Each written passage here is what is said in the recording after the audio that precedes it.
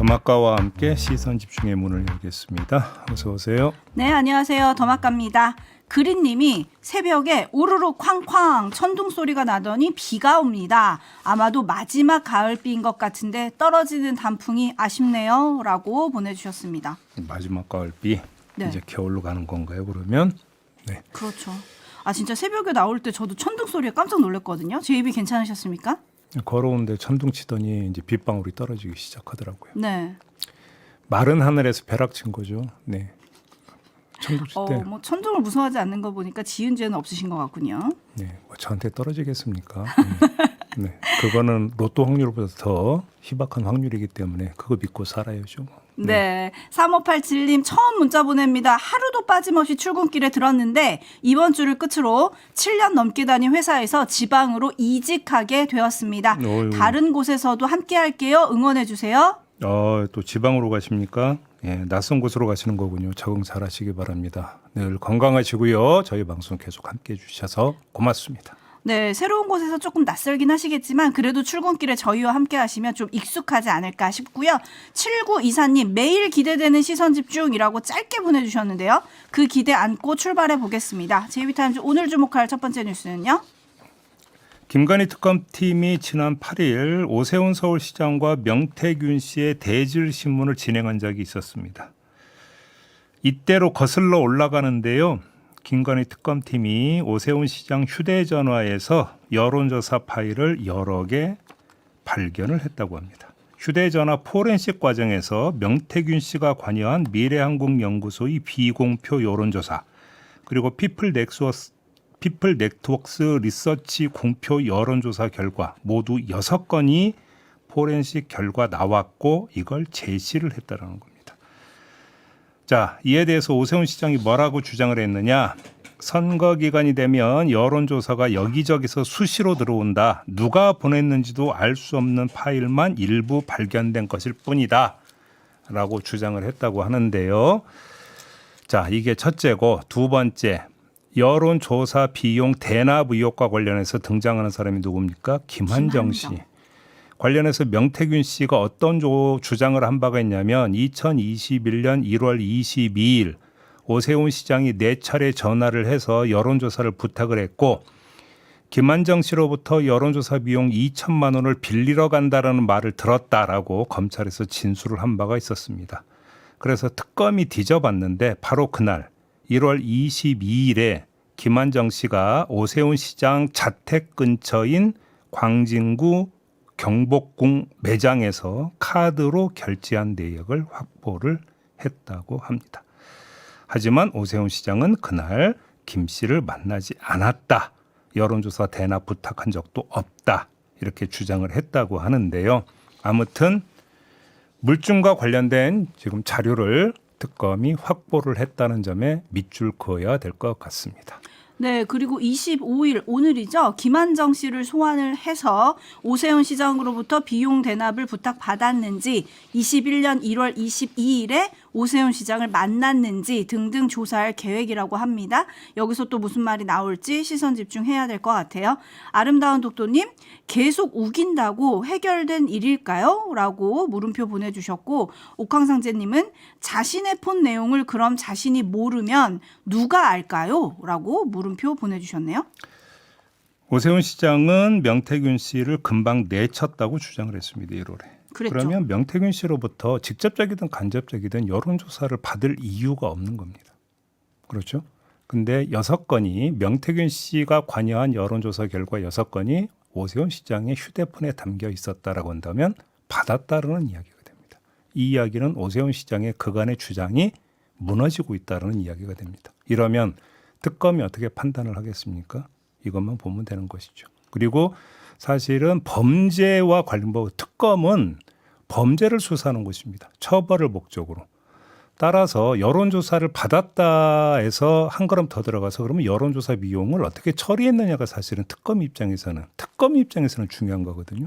근데 거기서 대납 의혹이 있다면 이거는 정치자금법 위반에 해당이 되기 때문에 처벌로 들어간다라는 건데 거기서 오세훈 시장과 김한정 씨의 관계를 입증할 수 있는 하나의 중요한 단서가 물증 차원에서 확보가 됐다고 한다면 특검의 수사 결과가 어떻게 나올지는 대충은 가늠이 되는 것 아니겠습니까? 네.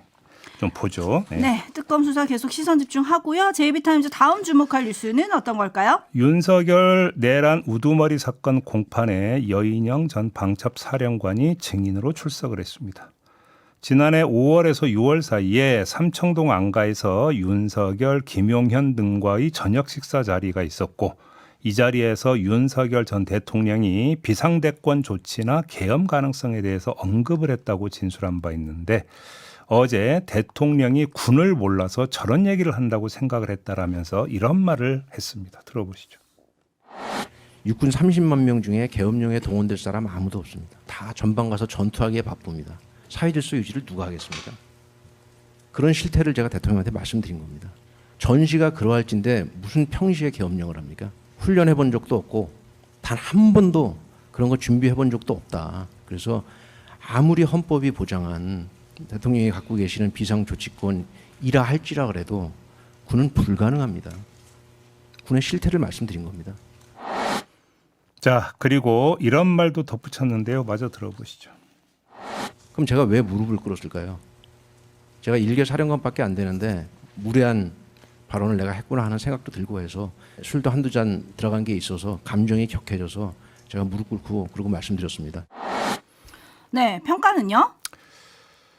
자, 아무튼 그 여인영 전 사령관의 주장을 정리를 하면 처음에는 아니되옵니다라고 말을 했고 그렇게 말한 게 불경스럽다고 느껴져서 무릎을 꿇었다 이런 이야기가 되는 건데 제가 볼 때는 바로 그 지점에서 잘못한 거다라고 생각을 합니다. 무릎을 꿇을 게 아니라 목을 내밀었어야 된다라고 저는 생각을 하는데요. 계엄 절대 안 된다고 진짜 할 작정이라면 내 목을 쳐라. 이렇게 더 세게 나갔어야 되는 거 아니겠습니까? 그런데 여인영 전 사령관은 무릎을 꿇었습니다. 무례를 언급을 했던데 국가와 국민이 아니라 상관을 더 중시했음을 보여주는 단편이다. 그래서 결국은 계엄의 중요 임무에 봉사했던 것 아니냐 이런 얘기 안 할 수가 없는 거고요. 자, 더 근본적인 문제가 있습니다. 여인영 전 사령관은 이 시점에 왜 저런 증언을 하고 나섰느냐 이걸 봐야 되는 건데 조금이라도 형을 경감하기 위해서 한 발언일 가능성을 짚어야 하는데요. 예를 들어 보겠습니다. 체포 명단 있지 않습니까? 체포 명단과 관련해서 여인영 전 사령관이 어제 뭐라고 주장을 했냐면 스스로 적은 게 아니다. 누군가한테 들은 것을 적은 내용이다. 충분히 추정 가능하겠지만 그가 누군지는 증언을 거부하겠다. 이렇게 말했습니다. 그럼 아예 입을 닫든지 흘려놓고 또 마지막에서는 증언을 거부하겠다. 이른바 양다리 화법을 썼습니다. 왜 이렇게 쓰겠습니까? 조금이라도 빠져나갈 구멍을 열어놓기 위한 거 아니겠습니까? 하지만 이런 시도 자체가 다 소용없는 짓이다. 왜? 법이 처벌을 하려고 하는 것은 행위입니다. 행위. 근데 여인영 전 사령관의 행위는 이미 내란 중요 임무에 종사했다는 행위는 부인할 수 없는 사실이다. 라고 하는 점을 다시 한번 각인시킬 필요가 있다. 이 말씀 드리겠고요. 조금 전에 들었던 증언에서 보면 뭐 훈련도 안 하고 준비도 안 돼 있다. 준비해 본 적도 없다. 이렇게 말했다고 하잖아요. 이 시점에서는 그랬는지 모르겠지만 내란 특검 수사 과정에서 나오지 않았습니까? 방첩사에서 훈련하고 계획 다 짜고 했다라는 거. 그럼 그건 뭔데요? 그럼 도대체. 왜 그건 얘기 안 합니까? 이 얘기까지 하겠습니다.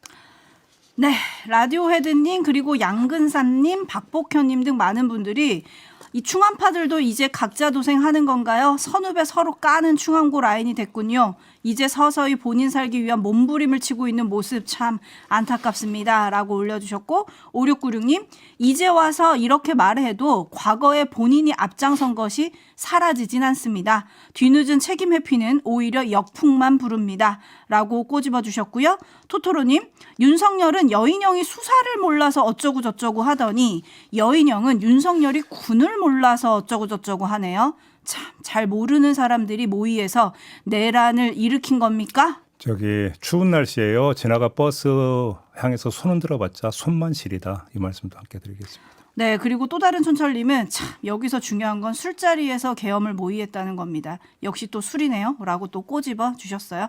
JB타임즈 다음 주목할 뉴스는요? 한덕수 전 총리 공판에서 소란을 피우고 유튜브 채널에 출연해서 이진관 부장판사에게 막말을 했던 김용현 전 국방장관의 두 변호인 이하상 권우현 변호사에게 감치 재집행을 하기로 결정을 했습니다. 이진관 부장판사가 어제 적법한 절차를 통해 인적사항을 확인한 뒤에 구치소에서 요구하는 조건에 맞춰서 집행할 예정이라고 밝혔습니다. 또 유사한 상황이 반복된다면 법정 질서를 위반한 사람을 현행범으로 체포해서 경찰에 바로 인계해서 법정 모욕 행위에 대한 형사 절차가 진행되도록 하겠다라고 밝히기도 했습니다. 이진관 부장판사를 직권남용, 권리행사 방해 혐의와 불법 감금 혐의로 공수처에 고소 고발했던 이 두 변호사는 감치 결정이 불법 행위에 가깝다라는 주장을 거듭했는데 그러면서도 또 한편으로는 재판부와 다시 화해하고 싶다라고 밝히기도 했습니다. 재판부랑 화해하고 싶다고요? 이게 무슨 의미입니까? 자, 두 변호사가 유튜브 채널에 나가서 주장한 걸 잘 들어보면은요. 논리는 딱 이거예요. 대결 논리. 대결 논리를 내세우다 보니까 무엇에 집착을 하냐면 승리에 집착을 합니다. 불공정한 재판부에 맞짱을 떠서 우리가 이겼다. 이런 식으로 주장을 한 거든 유튜브 채널에서. 자, 이런 두 변호사가 만약에 감치가 된다면 그 자체가 그들에게는 굴욕 아니겠습니까? 그러니까 이진관 부장판사에게 무릎 꿇림을 당하는 셈이죠. 그래서 화해 운운한 것 같은데 화해라고 하는 단어는 수평적 관계에서 쌍방 폭행이나 이런 게 발생했을 때 나오는 단어입니다. 그래서 수평적 관계에서의 거래 관계이기도 한 것이죠.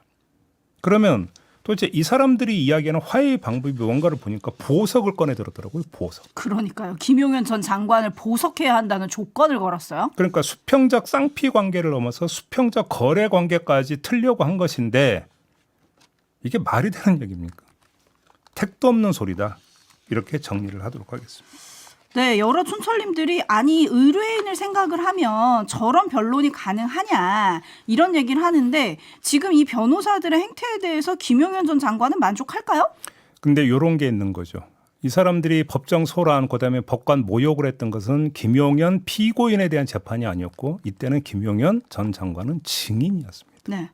그러면 김용현 전 장관이 피고인이 되는 김용현 공판에서 어떻게 하느냐 이걸 봐야 되는 불이익이라고 하는 것은 거기서 성립이 되는 거니까. 이미 거기서도 여러 가지 행태를 했던 것 같은데. 이 정도까지는 아니었으니까. 네. 지금 거죠. 변상만님, 변협은 대체 뭐 하는 겁니까? 라고 물어주셨는데 변협에 관련해 가지고는 어제 내란 특검의 박지영 특검보가 변호사 윤리가 제대로 정착될 수 있도록 징계 권한이 있는 변협에 참고 자료를 송부할 거다 이렇게 밝혔거든요. 관련해서 저희가 뉴스 채굴꾼이 준비하고 있는 게 있습니다. 네, 잠시 후 기다려주시고요. 나라사랑님이 오늘의 교훈을 이렇게 정리해 주셨습니다. 까불면 혼나요? JB타임즈 다음 주목할 뉴스는요? 노란봉투법이라고 불리죠. 노조법 개정안이 시행에 들어감에 따라서 시행령을 손봤습니다. 그래서 그 시행령 개정안을 오늘부터 내년 1월 5일까지 입법 예고한다고 고용노동부가 밝혔는데요. 핵심 내용은 간단히 이야기하면 이런 겁니다. 그러니까 원청 노조와 하청 노조의 교섭단체 분리를 원칙으로 하고 근데 하청이 여러 개가 있을 거 아니겠습니까? 그러면 하청 노조를 직무나 노조의 조직 범위 그리고 이해관계의 공통성 그리고 이익 대표의 적절성 등에 따라서 교섭 단위를 나눌 수 있게 몇 개로 이렇게 묶어서 할 수 있도록 하는 이 내용인데요. 노사의 반응이 극과 극입니다. 민주노총은 창구 단일화를 강제한 노동부의 권한남용이다 이렇게 지금 비판을 했고요. 반면에 경총은 노조법상 창구 단일화 제도가 형해화되면서 산업 현장이 혼란에 빠질 수 있다.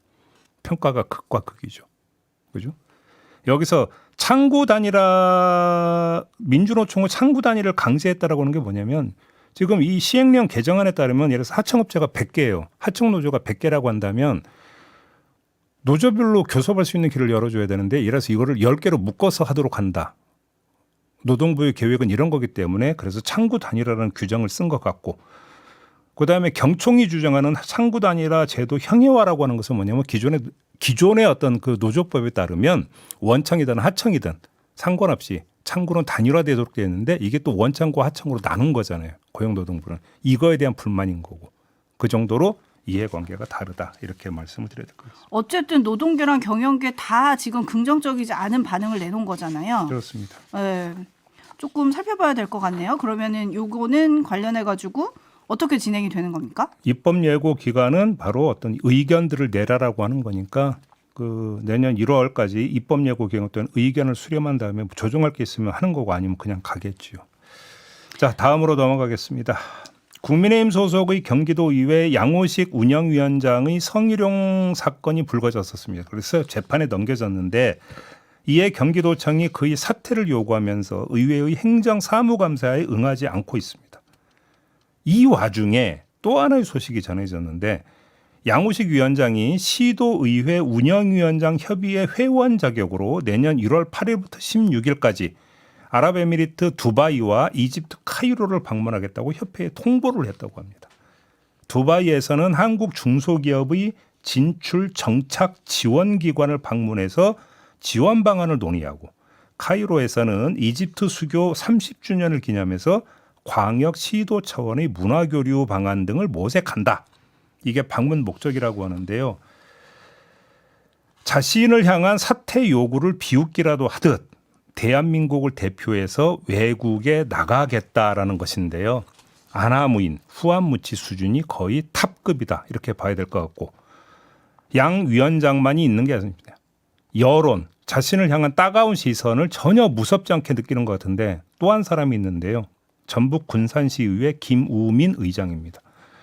이 김 의장은 2023년 전임 의장이 구입한 8,700만 원 가량의 관용 전기차를 놔두고 5월부터 매달 110만 원인 렌트비를 내면서 승합차 렌터카를 이용하고 있다고 합니다. 왜요? 근데 그 이유가 황당한데 전기차가 무섭다라는 게 이유라고 합니다. 네? 전기차가 무서워서 그거 못하겠다. 그래서 한 달에 110만 원씩 따박따박 내면서 렌트카 지금 몰고 있다고 하는데 도대체 전기차에 뭐가 무섭다는 건지는 모르겠지만 이건 알 것 같습니다. 시민 여론은 별로 무서워하는 것 같지가 않다. 그런 거 아니겠습니까? 자, 이렇게 보면 양호식 위원장이나 김우민 의장이나 세간의 시선, 여론을 신경 안 쓴다는 점에서는 다를 바가 없다. 둘이 똑같다. 이렇게 평가를 해야 될 것 같습니다. 네, 물프레님이 풀뿌리 민주주의라고 하더니 풀뿌리 갑질만 늘었습니까? 라고 올려주셨는데요. 이분들이 기억해야 될 게 있습니다. 내년이 지방선거예요? 그렇습니다. 네, 다음 소식 짧게 전해주실 수 있을까요? 그리고 시간이 한번 달려보죠. 뉴트 깅리치 전 하원 의장이 어제 몇몇 언론에 한학자 통일교 총재 구속을 비판하는 광고를 실었습니다. 한국 정부의 이번 조치는 종교 지도자의 정당한 활동에 대해 국가가 직접 개입한 것으로 보인다. 자유사회에서는 종교 지도자가 종교 활동이나 교회 운영 방식 때문에 체포되지 않는다. 만약 그렇게 한다면 이는 종교의 자유와 양심의 자유라는 핵심 민주 원칙을 정면으로 침해하는 행위가 될 것이다. 이렇게 비판하는 내용이었는데요. 이거에 대한 평가는 안 하겠고 제가 속물이어서 그런지 궁금한 건 따로 있었습니다. 광고 내는 것도 한두 푼 들어가는 거 아니거든요. 이 광고비 누가 냈을까요? 깅리치 전 의장이 직접 자기 돈으로 냈을까요? 저는 이게 궁금하다. 이 말씀만 드리고 마무리하겠습니다. 끝낼까요? 네, 더마카 수고하셨습니다. 고맙습니다.